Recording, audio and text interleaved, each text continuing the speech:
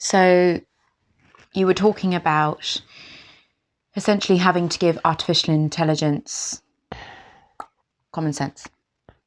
Yeah, I was saying, well, one of the limitations of artificial intelligence is that to kind of help you be, for it to become, sentient in a sense, or to become generalized AI, it would have to have some element of understanding the world. And we all understand the world without really knowing that we do, in the sense that we understand the general laws of physics and that gravity keeps us stuck to the ground, or that solid objects are impenetrable without, some sort of force, or that, even common things like that a door will open or windows, can let you go from one place to another, that kind of thing. And it's not all obvious, especially when you have to program it into a computer. And there's copious amounts. Yeah.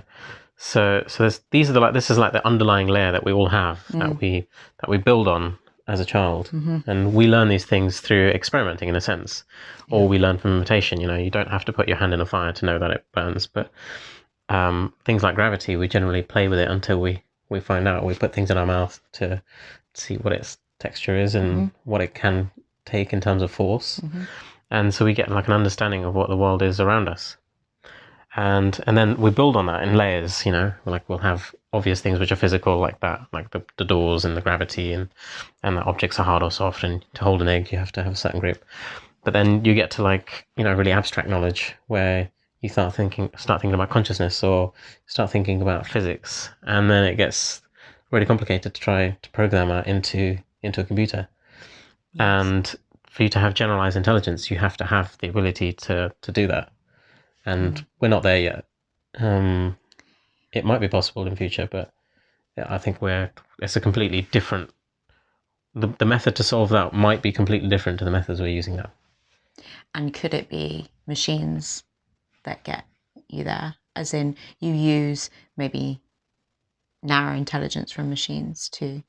Yeah, it's possible. Help you get to general intelligence. Well, for certain things. Well, if you think about the human brain, I'd say we have, using artificial intelligence, imitated the visual cortex really well, and that you can use a camera to detect images, and we've done that quite well. Auditory cortex we're quite good at as well, in that we can hear voice and we can interpret the words from the voice. It's really the last part of the last part of evolution that we haven't managed to solve, which is the frontal cortex, and that's obviously what makes us human, and that will be the biggest challenge to form into some sort of computable format. Seems like a mammoth task.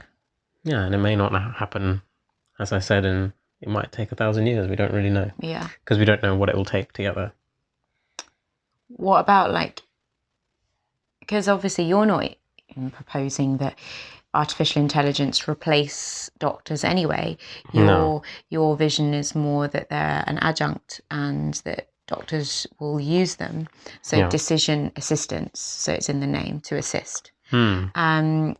What as well, I mean, maybe this is kind of partly what you meant, but what about intuition as well that doctors use? If they clock eyes on a patient and they're like, they don't look right. Well, intuition is pattern recognition, really, isn't it? And it's pattern recognition where we don't understand, or we can't recall the reasons we chose it. If that makes sense. It's subconscious.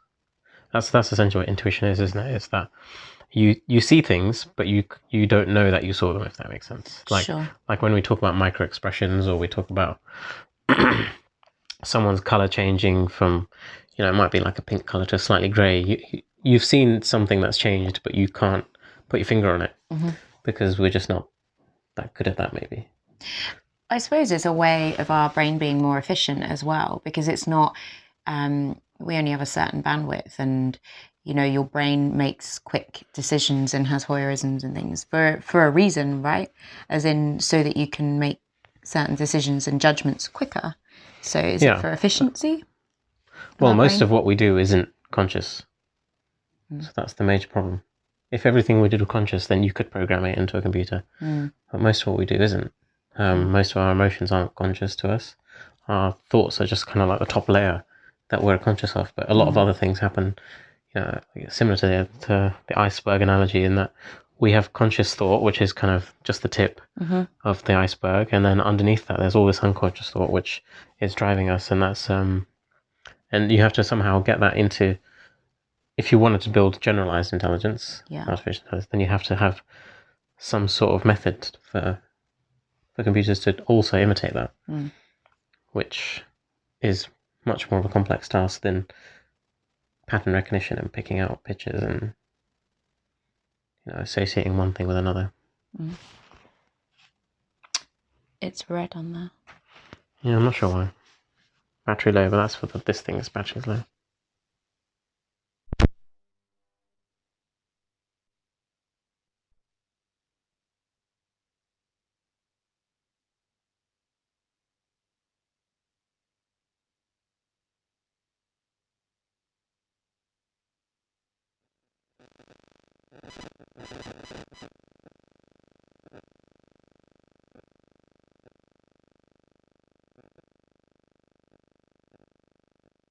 This has been on for ages, though.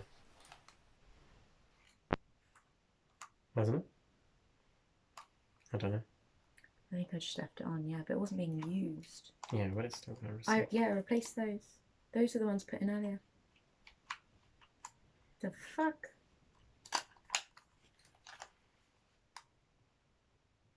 It's battery heavy, I mean, it's going to be power heavy task. Isn't it?